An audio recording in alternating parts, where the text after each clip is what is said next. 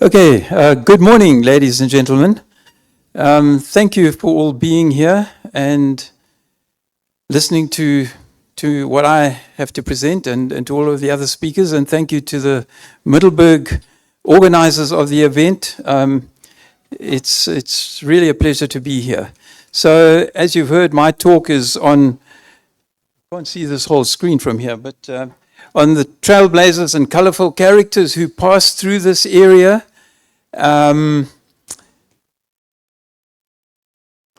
Yeah, don't worry. I can probably see most of it. You know, I'm just an amateur historian and read a lot of books, and I suddenly thought to myself, there are so many interesting people that have been involved or passed through this area that I would like to share that with you if someone else wasn't already doing it. So, for what it's worth, this is my take on some of the history of this area.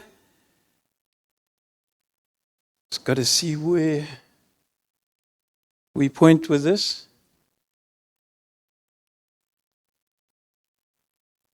So just a couple of notes.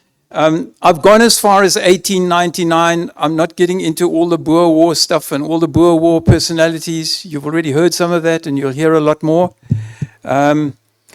Up in the top left corner, I've put right-hand corner there, sorry, left-hand corner, you will see the year so that you can track where I am in the sort of timeline, as it were.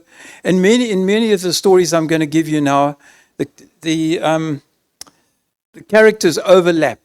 So I'll run forward with a story, then you'll see I'll have to rewind. So I'm doing quite a lot of rewinding at certain points.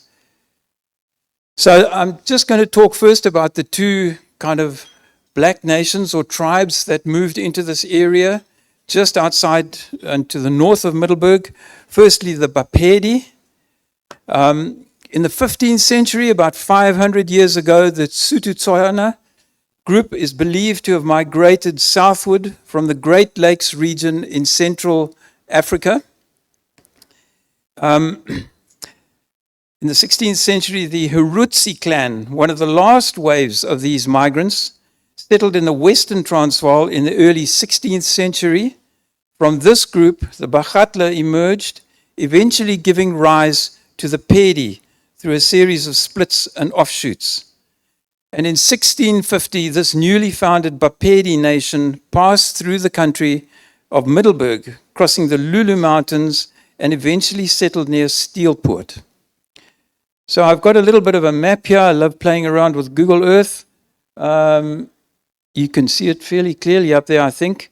So this, the sort of ancestral Tswana people came down from the north and settled there near Gaborone, and they became known as the Bagatla. They then, an offshoot went and became the Baharutsi in the Mariko district, and then they, over time, moved right over to where we are here now, and that became known as Sekekuni land. Don't know if you can all see that clearly enough there. Yeah, it's pretty clear. So, hang on, let me just go back. So by the early 1800s, under King Tulari, the Pedi Empire reached its peak, controlling trade routes from the interior to the Mozambique coast. So they were a very important tribe and they became very wealthy. And you'll see how that affected them later on.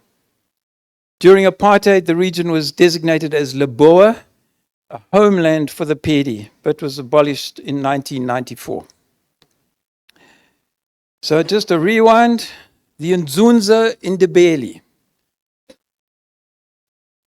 They also came from the Central Africa area, sort of Great Lakes area, and I've done a bit of research into trying to understand their movements because it's complex, it's a detailed history, but I've tried to summarize it here. That pink arrow is them moving down right through kind of, you can see just to the left of Middelburg there. There's Middelburg. And they first settled in documented history just outside Ladysmith in Natal. And they hung around there for a bit.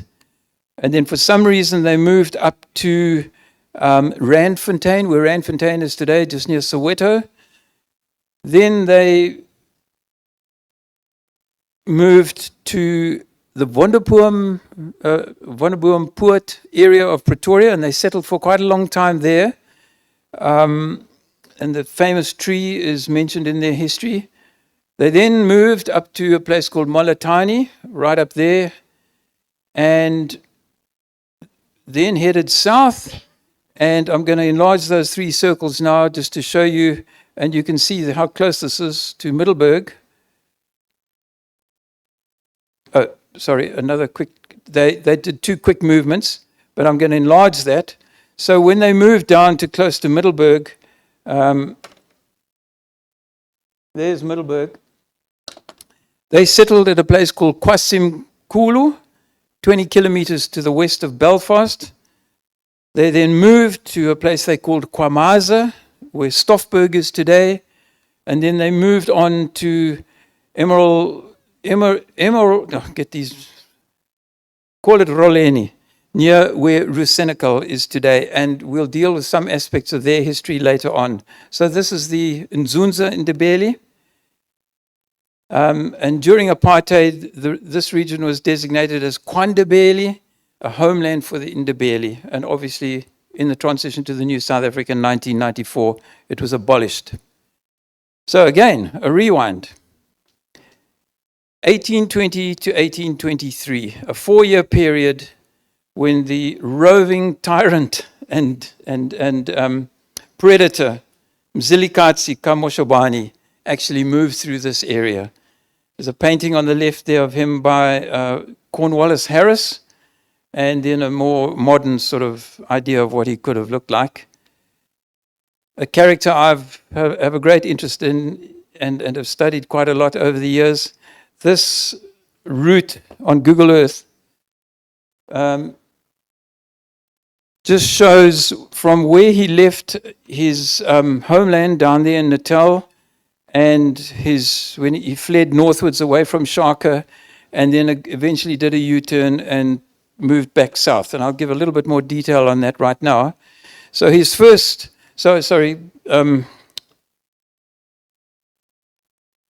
he went up through Paul Petersburg, Vryheid, Amsterdam, and settled just north of Ermelo. And this area was where the Puting were. It's Hendrina and Breyten area. He was there for a while, and he obliterated everything as he did wherever he went. He kind of stole all the crops, the livestock, the women he needed, the men he needed, and until he had sort of plundered the area dry. And then he headed north, and on his way north, his next target was the Ndebele's, who were under King Magodongo Mahlangu, known as the Nzunza, who I've mentioned earlier, who lived near Middelburg. And that map just, the yellow circle is centered on Rusenekal. There's Mzilikazi's route coming up on the right from Hendrina, passing just to the right of Middelburg.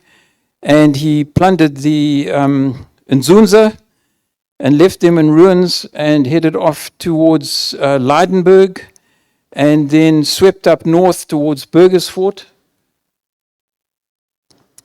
Got involved with the Bokoni, helped himself to all of their crops and livestock and things, and settled at Steelpoort, where in the middle of that yellow circle there, and he created a royal kraal called Ekuphumuleni, which means the place of rest. But he wasn't there for long, just long enough to help himself to all the people and crops and animals and whatever he could, until he needed to move on. And then he did a U-turn, and there's a history behind that, which I won't go into. And then he headed southwest towards the Vaal area, and his first port of call was Heidelberg, Segerbosrand, and he ended up near where Potchefstroom is today. And he was there for a while before he moved up into Magaliesburg. But that's another story. I think the important bit is he passed, wrong one. Middelburg is situated here, and he came up past Middelburg and back out again past Middelburg. So obviously Middelburg wasn't here then, but he had a major impact on everyone living in this area, north, south, east, and west. He just plundered this area, but it wasn't for long. He was gone in 4 years, and they all got back to life as normal afterwards. So, yeah, those are his roots. Now, about 15 years after Mzilikazi had moved on, this character arrived on the scene, Andries Hendrik Potgieter. And I'm sure every one of you know an awful lot about him, and probably a lot more than I know. Controversial guy. Frans Johan, you mentioned the divisions among the Afrikaners. He kind of epitomized them in many ways. He just couldn't sit still, and he had his own view of things and had to go and do them. So in this area, Middelburg, he was involved, as far as I can figure out, on 4 trips here. He first did a journey to Delagoa Bay, coming through this area. In 1840 and 1843, a second journey to meet George Oerig at Delagoa Bay, who was a trader. In 1844, he did a third journey to Delagoa Bay. So always going backwards and forwards through this area. And finally, in 1845, he took all his followers from Potchefstroom, moved through this area, this very area, to establish Ohrigstad, originally called Andries Ohrigstad. And why did he go there? If you look at this map, that bright green line, it says 25 degrees south, is the line of latitude, and the British had claimed authority up to that line. So the Boers wanted to get, or the Afrikaners, they weren't Afrikaners, the Boers, had to get north of that line to establish themselves independently of British rule. So there's Potchefstroom is there. That's Ohrigstad up there. And if you look at that straight red line, I sort of asked myself, why didn't he just take the route straight through to Ohrigstad? There's a tremendous amount of valleys and hilly terrain and gorges and obstacles. So the easiest way was to stick to the Highveld Plateau and take that orange route, which went right through Middelburg. Of course, Middelburg didn't exist then, but nevertheless, his trek must have gone through here somewhere. We don't know exactly where, but there it is. He was very familiar with this area, and at least 4 times backwards and forwards before he trekked with his people to Ohrigstad. And he'd been there briefly. On the 5th of July, the Voortrekkers, under Potgieter, entered into a verbal peace treaty with the Pedi ruler Sekwati. So the beginning of what was hoped to be peace then, but never-ending wars with the Pedi. So I'm going to just rewind a little bit again. Now let's get back to another character who was in this area, not that much, but nevertheless is revered and honored here in Middelburg. Carolus, or commonly known as Karel Johannes Trichardt, Louis Trichart's son, an amazing person. One can deliver a whole lecture just on this fellow alone and what he did in his life. He had great courage and was a man among men. He was a participant in many legendary expeditions.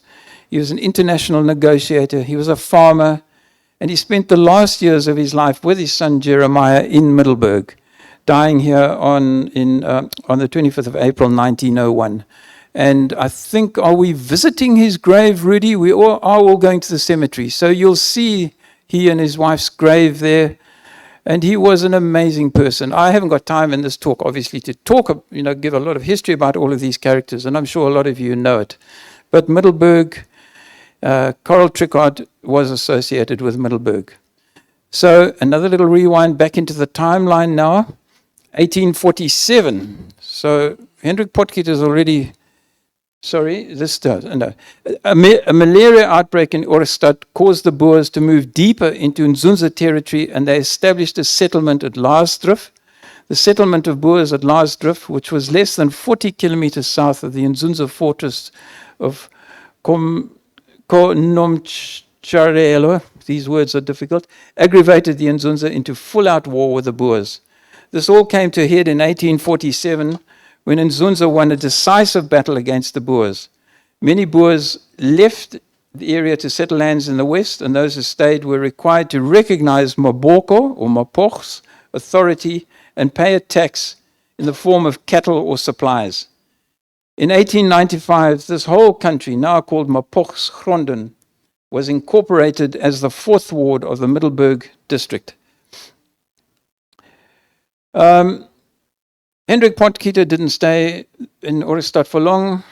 He abandoned the Eastern Transvaal forever and trekked to Soutpansberg to establish a new town.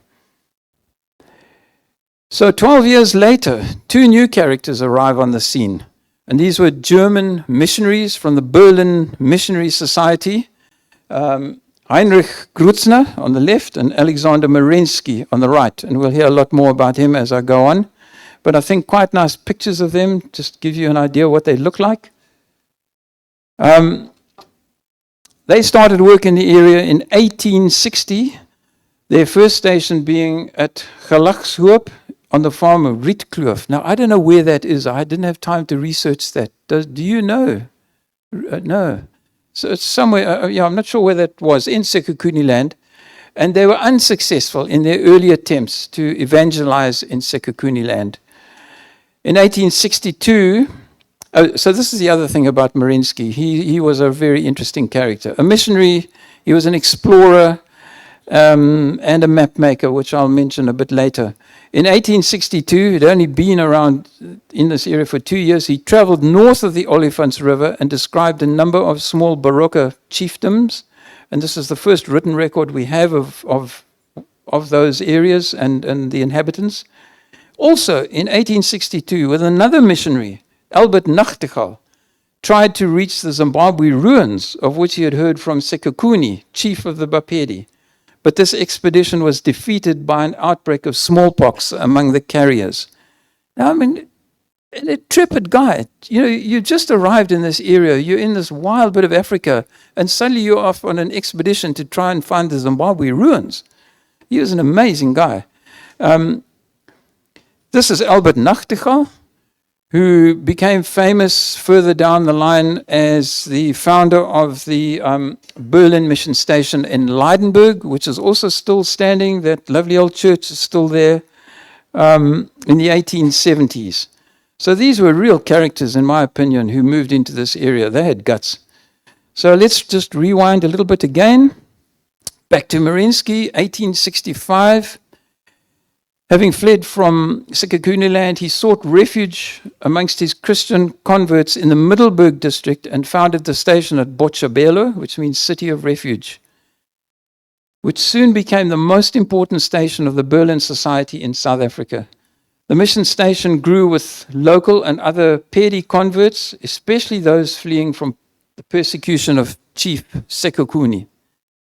And that was the first church built at Botshabelo by Merensky and the missionaries and their converts, 1865.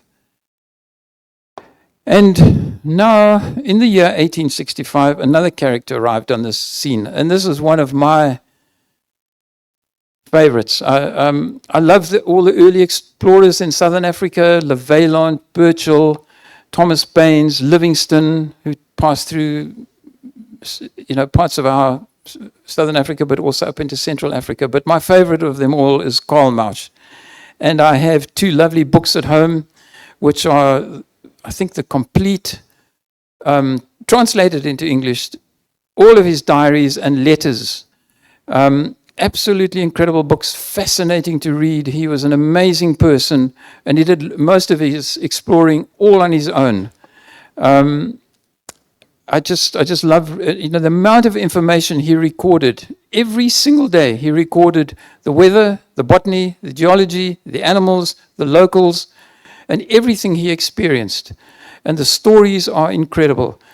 You need a lot of time to read those books, and I want to share this with you because I've just got to get to a place where I can read the screen properly. This is direct translation of what he said, just to give you an idea of what this person was like. And this is applicable to his last kind of exploration, which went from Pretoria through Middelburg all the way up to the mouth of the Zambezi. I had to consider it far more practical to travel with one suit only, probably for several years. Durability is the foremost reason, and I therefore clad myself, with the exception of underwear, in leather.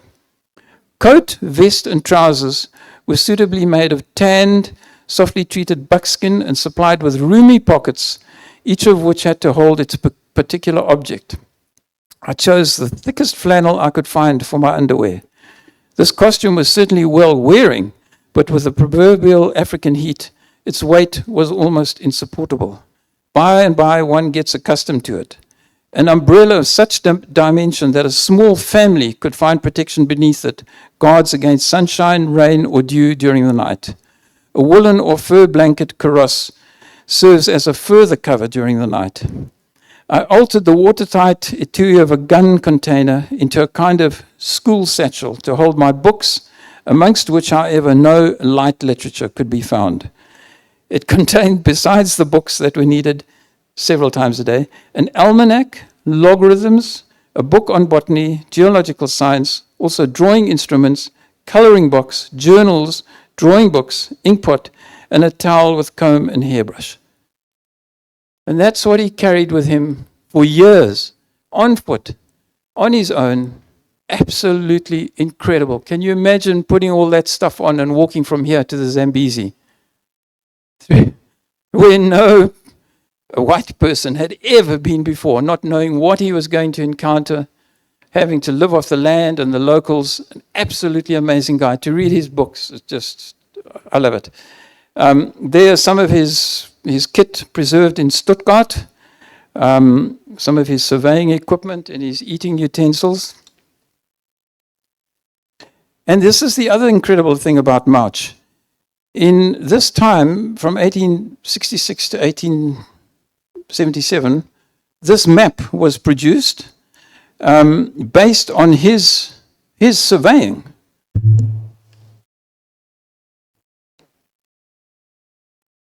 Sorry, wrong thing. From Durban, where he first disembarked, and so the routes he did in his early years, including up here through Middelburg, all the way up through the Tati area, up into what's today Zimbabwe, and right up there to Hartley, near the Zambezi Valley. His observations enabled this map to be drawn in 1867. It's 2 years, well, no, 2 years, where we are, 2 years after Botshabelo was established. It's absolutely incredible that one man with his instruments in a satchel was able to contribute towards this map. And I'll get on to more of this later on. This is his first trip through the Middelburg area with his traveling companion then, Paul Jebi. That's Karl March on the left. Amazing characters. Just look at them there. The mind, it's marvels. This is taken from a big map in the back of one of his journals, a modern map, but this shows the three routes that he took through this area in 1868, 1871, and 1870, 1871. And what this doesn't show is backwards and forwards in some cases. But you can see Botshabelo was the place he visited. He was very friendly with Merensky. And they obviously collaborated on a lot and shared a lot. It was through Merensky's failed attempt to reach Zimbabwe ruins that Karl March decided he had to go and find these ruins, which he ultimately did. Okay, so that's a bit about Karl March. Back to 1965. The missionaries established a school, seminary, workshops, mill, printing press, and even a postal service. The center was a place where black and white locals were educated and taught to trade. They taught the people how to make their own bricks, cultivate crops, and developed shops such as a bakery and a blacksmith shop. The printing press included bookbinding, where Bibles were first published in Sotho. And I'm going to move on to that now. Here's another very interesting character, Gustav Trumpelmann, and his partner, Abraham Seroti. And they... Oh, sorry, let's just get back to that. It was at Botshabelo that the two of these fellows translated the Bible into Sepedi, or North Sotho, the first completed Bible in an indigenous language. Their work was interrupted by the Anglo-Boer War, with its eventual publication in 1904 by the British and Foreign Bible Society. So two noteworthy characters here at Botshabelo, and that was an amazing achievement of them, not only to translate the Bible into Sepedi, but to print it and bind it. In 1866, more trouble loomed on the horizon, so Botshabelo was a year old, and Marinsky had to build Fort Wilhelm, later known as Fort Marinsky. Another incredible achievement. From 65 onwards, Botshabelo expanded rapidly into a significant religious center. From here, its influence, the Berlin Mission Society's influence spread throughout the Transvaal. And this was the second church built by the converts in the 1870s. And that picture I quite like. It's an early photo of Botshabelo. I don't know the date, but it gives one an idea of what it looked like around about the time that we're talking about now. So doing another quick rewind, back to 1865, Herman Theodor Wangerman. Just look at him. He was not only a missionary, but an explorer, just like Marinsky. Had to do more than just convert people. He directed the society from 1865 until his death in 1894.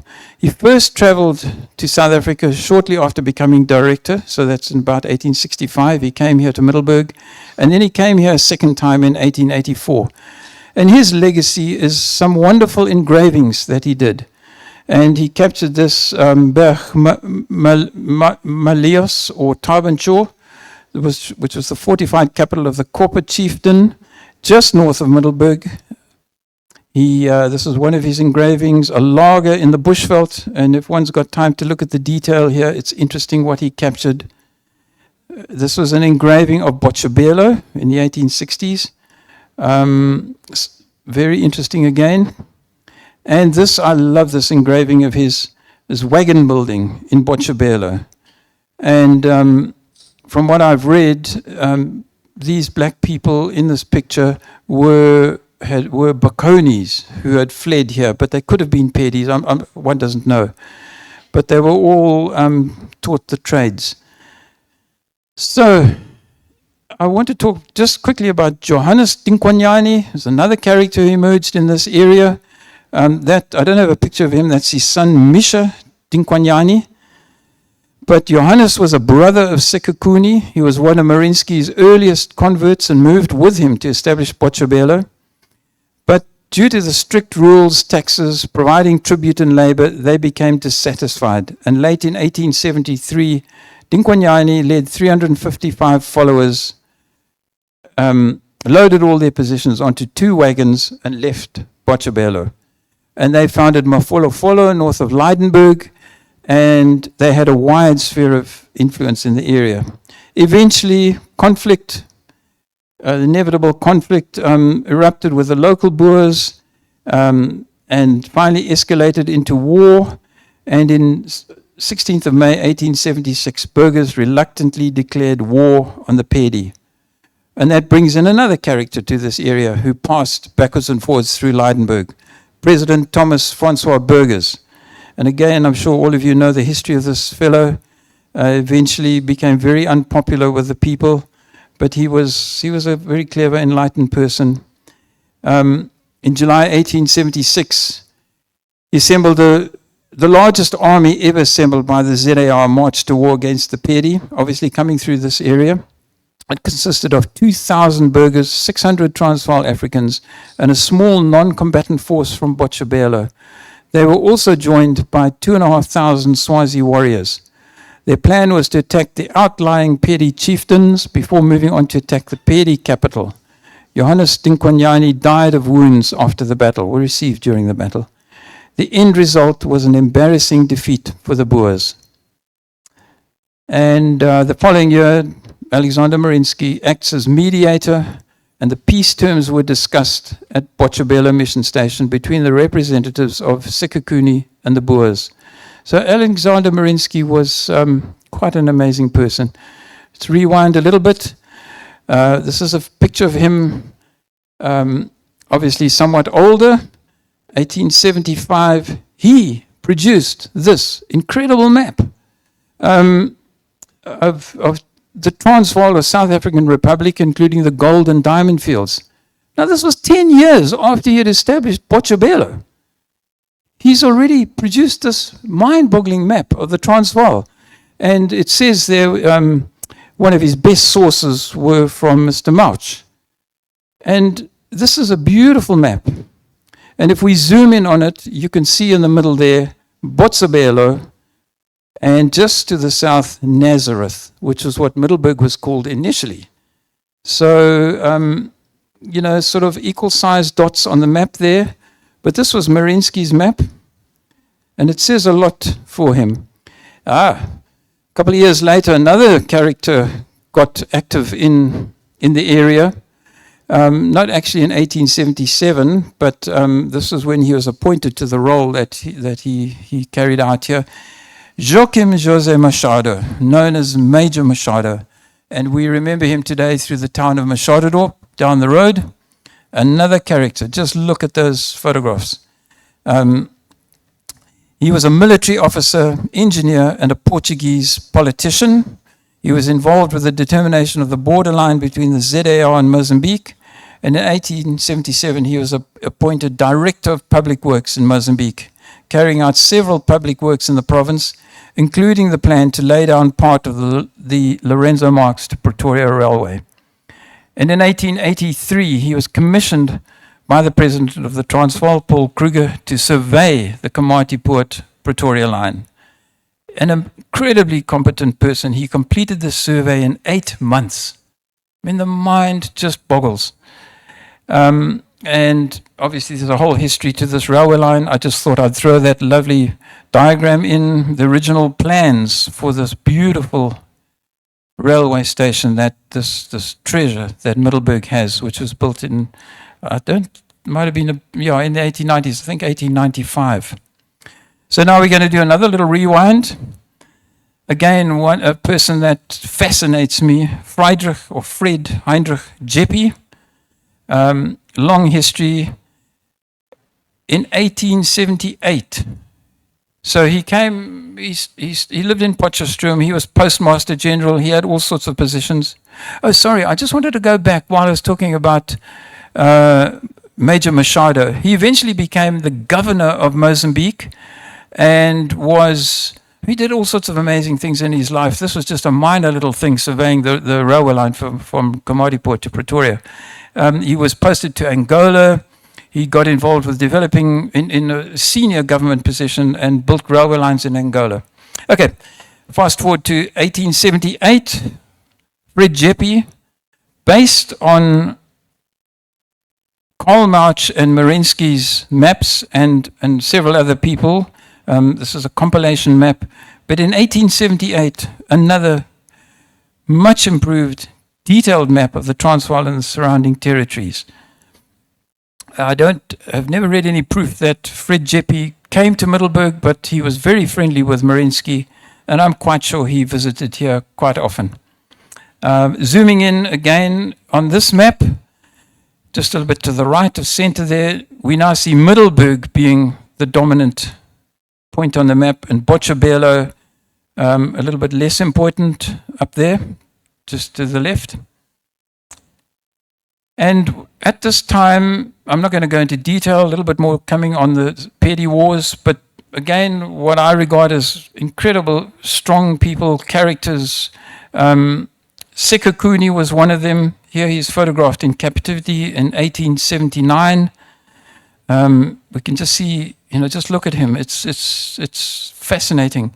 And in 1883, this is Chief Mapoch or Mabocho in captivity. Now, these two people stood up against the Afrikaners, the Boers, should I say, and the Brits, and caused absolute havoc in this area. They were amazing people. And this is the son of Mabocho, Chief Nyabela.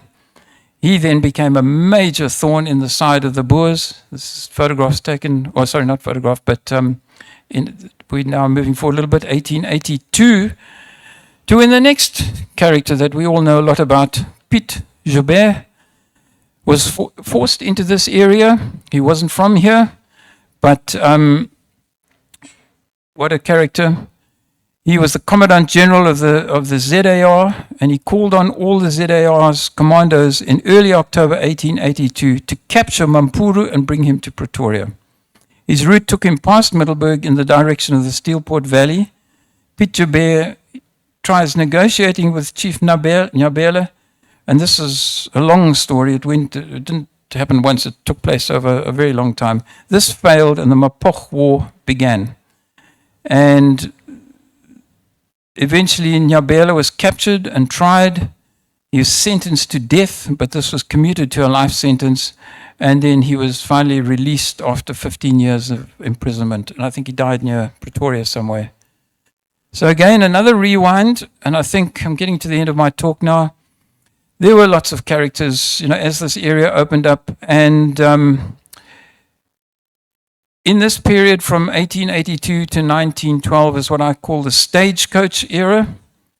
I don't know where that office is, but that's one of the Middelburg's coaches. And apparently this picture, that's Percy Fitzpatrick sitting on the top, and Rudyard Kipling is one of the people with that wagon. I don't know, but it's just to illustrate wagoning.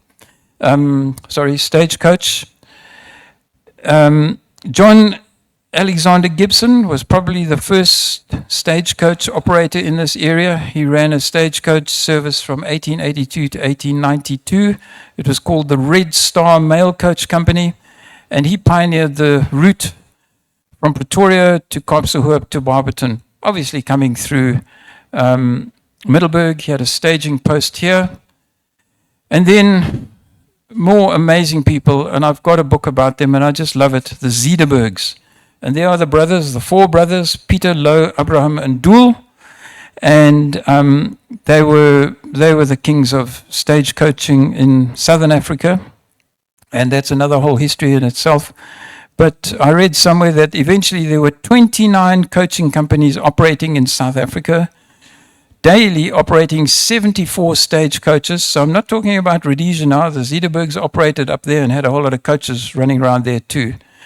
But and bearing in mind that at this time the railway lines were coming up from the Cape and Natal, so this was more to the north of Kimberley, 74 stagecoaches on the go every day, operating on 3,000 kilometers of routes, which it took some enterprising people to make this all happen.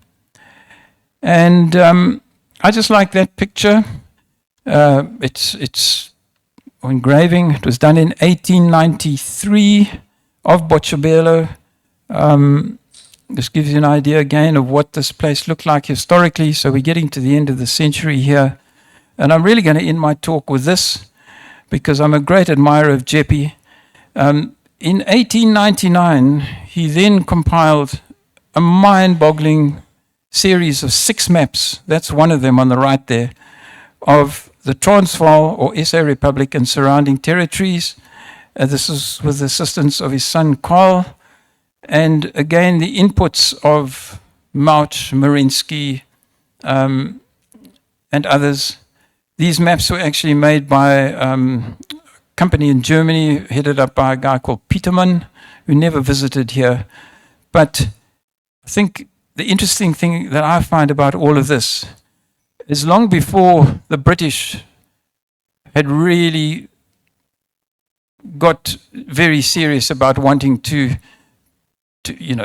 control the whole area, and long, not long after the early Boer trekkers were settling, a bunch of Germans had mapped the entire area in incredible detail, way ahead of anyone else. They were remarkable. And they all had an association with Middelburg. And just zooming in on Jeppy's map on Middelburg, lovely detail there. You can see the town lands hatched in red. Botshabelo, just a tiny little spot to the north there. The railway line was already in place. And, yep, that brings me to the end of my talk.